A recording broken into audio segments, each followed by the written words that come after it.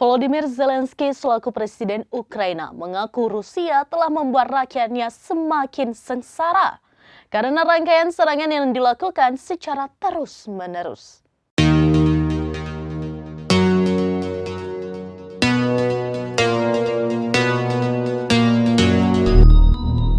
Volodymyr Zelensky selaku Presiden Ukraina mengaku Rusia telah membuat rakyatnya semakin sengsara karena rangkaian serangan yang dilakukan secara terus-menerus.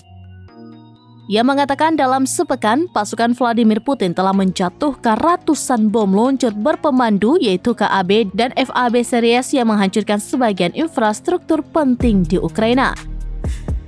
Selama 7 hari belakangan, jelasnya pasukan Angkatan Udara Rusia telah menembak Ukraina dengan 700 bom, rudal, dan drone. Meski demikian, Zelensky mengatakan bahwa sistem pertahanan udara Patriot telah sampai di Kiev dan menjadi andalan untuk menangkis serangan Moskow. Ukraina telah memperkuat perisai pertahanan udaranya secara signifikan pada minggu ini berkat Jerman dan Amerika Serikat.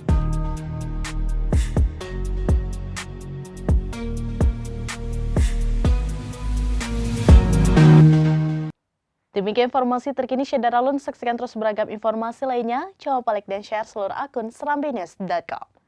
Download Tribun X sekarang. Menghadirkan lokal menjadi Indonesia.